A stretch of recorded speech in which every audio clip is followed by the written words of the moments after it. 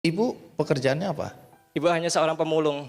Jadi kalau untuk profesi ibu itu, jadi beliau itu dari jam 1 pagi sampai jam 7 pagi itu beliau harus mencari sampah yang bisa dikelola ibu. Seperti itu. Kemudian di jam selanjutnya ibu istirahat dan kemudian ibu balik ke rumah. Jadi gini teman-teman, karena kan kita kan dari keluarga yang sangat sederhana. Kita itu dulu pada saat bisa dengan bapak, kemudian kita untuk memutuskan untuk ngekos gitu, Mas Andi. Jadi ngekos dan ibu kan berprofesi cuma sebagai tukang rosok, dan ternyata rosok itu dikumpulkan di kos ibu dan itu ternyata mengganggu, kemudian kita diusir.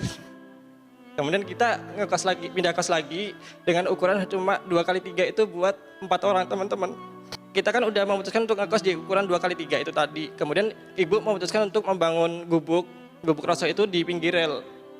Kayak gitu, dan beberapa bulan ke depan itu kemudian gubuk ibu digusur karena kan itu juga ada pembangunan. Dengan adanya hal tersebut kemudian ibu memutuskan untuk ngekos dan itu hanya untuk dikelola sampah-sampahnya. Dan jadi kalau ibu tadi setiap hari tidurnya di kos tersebut yang hanya bisa mengelola sampah, dan itu kalau aku pikir tempatnya itu tidak layak untuk dipakai karena banyak sekali kecoa, tikus, bahkan serangga-serangga yang lainnya itu bisa berkeluyuran lah ibaratnya kayak gitu. Kerjanya itu dari jam 1 pagi sampai jam 7 pagi, kemudian balik ke rumah itu sekitar jam 11.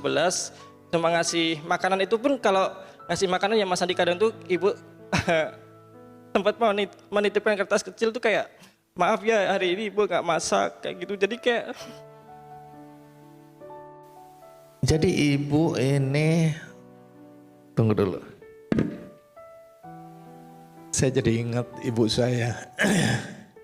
Hampir sama kita nasibnya. Jadi ibumu itu bekerja pada malam hari sampai pagi hari. Ya, seperti itu. Sesulit apa masa-masa di mana kamu tumbuh dan berkembang sementara tanpa ibu, karena ibu harus mencari nafkah sebagai pemulung? Ya, jadi mungkin kalau teman-teman tahu juga, kan kita kan juga dari keluarga yang mungkin sederhana gitu kan. Kadang kita juga harus makan hasil mulungnya ibu itu. Jadi kayak mungkin ada makanan sisa terus dibawa ibu. Emang perjuangannya itu sangat menyedihkan mungkin karena selalu direndahkan juga sama masyarakat kayak gitu. Jadi ya terharu kalau mengingat masa-masa yang dulu. Tentu kami semua di sini bertanya-tanya ya, bagaimana mungkin anak seorang pemulung ya yang harus menghidupi anak-anaknya dengan situasi dan kondisi seperti tadi. Lalu kamu kok bisa sekolah sampai setinggi ini?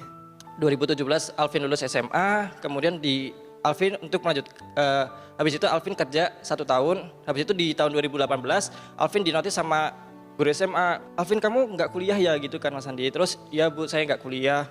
Kok kamu nggak kuliah, gimana sih, kan kamu pinter gitu kan. Ya udah deh, habis itu saya dipanggil sama guru SMA ku dan ternyata di SMA itu dapat surat undangan kalau di UT itu pembukaan beasiswa bidik misi. Dan itu kan prodinya yaitu hukum gitu, dan ternyata Alvin bisa bergabung di universitas dengan prodi ilmu hukum tadi, seperti itu. Jadi dapat beasiswa. Beasiswa bidik misi dari Kemendikbud. Yang juga perlu diapresiasi adalah ibu gurumu ya. Siapa nama ibu gurumu? Nama ibu guruku Bu Suranti. Masih ada sampai hari ini? Masih ada, dan beliau selalu support Alvin untuk seterusnya Pak. Seperti itu. Baik, jadi kalau Bu Suratin ini nonton acara ini, terima kasih. Karena kalau tidak karena gurumu itu, mungkin kamu sampai hari ini entah di mana ya, karena keadaan. Tapi di lain sisi ibu juga ingin tetap memulung, begitu? Ya. Baik, kalau gitu kita panggil langsung Bu Warsiti, ibu dari Alvin.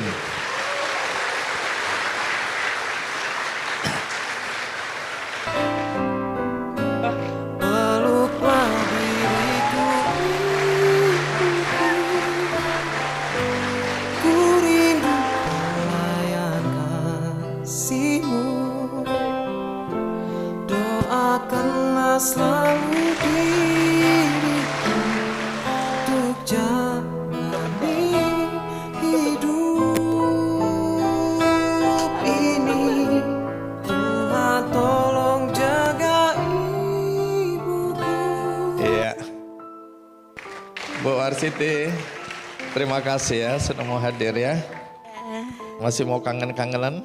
Iya Kami kan? tunggu 7 hari 7 malam nggak ada masalah. Aduh, saya juga nangis jadinya Bu, suaranya serak. Bu Warsiti ya, Iya, masih memulung Bu. masih. Kenapa?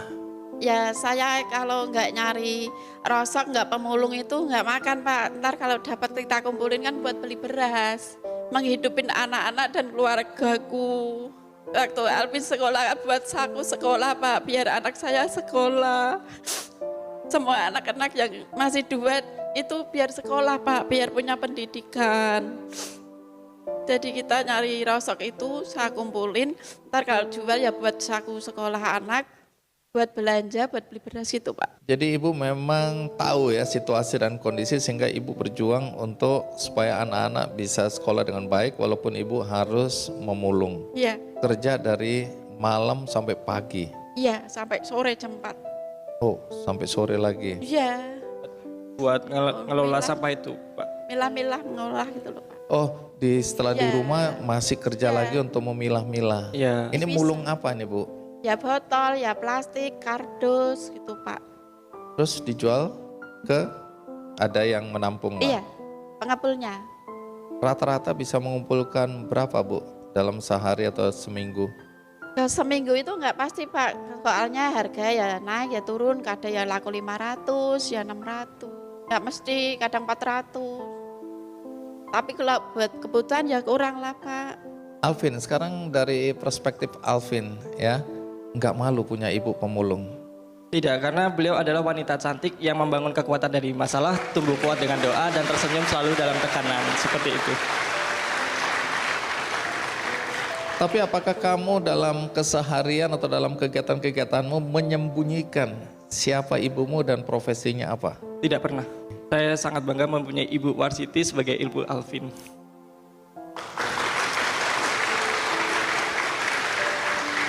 Apa yang kamu kagumi dari ibumu? Karena beliau selalu memberikan yang terbaik untuk anak-anaknya, jadi rintihan dan keringat beliau itu adalah semangat hidupku. Seperti itu, Mas Andi. Baik.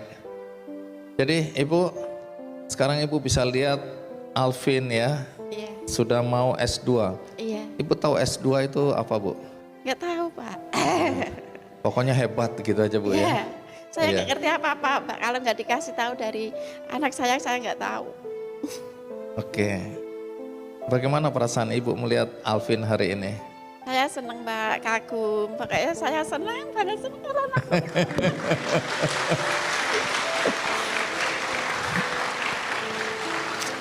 Baik. Apa doa ibu untuk Alvin? Biar itu dia lancar belajarnya, biar sukses cita-citanya apa yang ditercapai. Aku senang, aku bangga punya Alvin, bisa membawa nama baik orang tua sama keluarganya Pak. Ibu umur berapa sekarang? 52. Kapan mau berhenti jadi pemulung? Ya kalau saya berhenti ntar anak-anak nggak makan Pak. Tapi ibu sendiri nggak malu jadi pemulung? Enggak. Yang penting saya jujur, nyari rezeki yang halal, nggak mengganggu semua keluarga tetangga apapun Pak. Yang penting jujur Pak saya. Alvin, saya dengarkan kamu sekarang banyak kegiatan ya, jadi juri, jadi pembicara, kemudian ikut berbagai kompetisi, aktif dalam kegiatan sosial ya. Ya, Nah, di luar sana Alvin, masih banyak anak muda, anak Indonesia yang mungkin latar belakangnya seperti kamu ya, dari keluarga yang relatif kurang mampu, kemudian berjuang untuk bisa mendapatkan pendidikan yang layak, tapi bisa juga mereka tidak punya keberanian dan tidak punya mimpi yang tinggi Ya. untuk bisa seperti kamu hari ini. Adakah sesuatu yang bisa kamu sampaikan untuk memberikan dorongan semangat bagi anak-anak Indonesia dimanapun berada yang saat ini tidak berani bermimpi besar karena kondisi dan situasi ekonomi di keluarganya? dari Alvin, jangan pernah bunuh mimpimu hanya karena faktor ekonomi. Ingat, siapapun bisa jadi apapun. Jadilah versi terbaikmu setiap hari, karena badan boleh lelah, mata boleh basah, tapi hati tidak boleh menyerah. Kamu tidak perlu hebat terlebih dahulu untuk memulai, akan tetapi yang perlu kamu lakukan adalah memulai untuk menjadi hebat. Semakin tinggi mimpi yang kamu punya, semakin besar juga pencapaian yang akan kamu dapat. Dan tidak ada mimpi yang terlalu tinggi untuk dicapai, yang hanya ada niat terlalu rendah untuk melangkah. Seperti itu.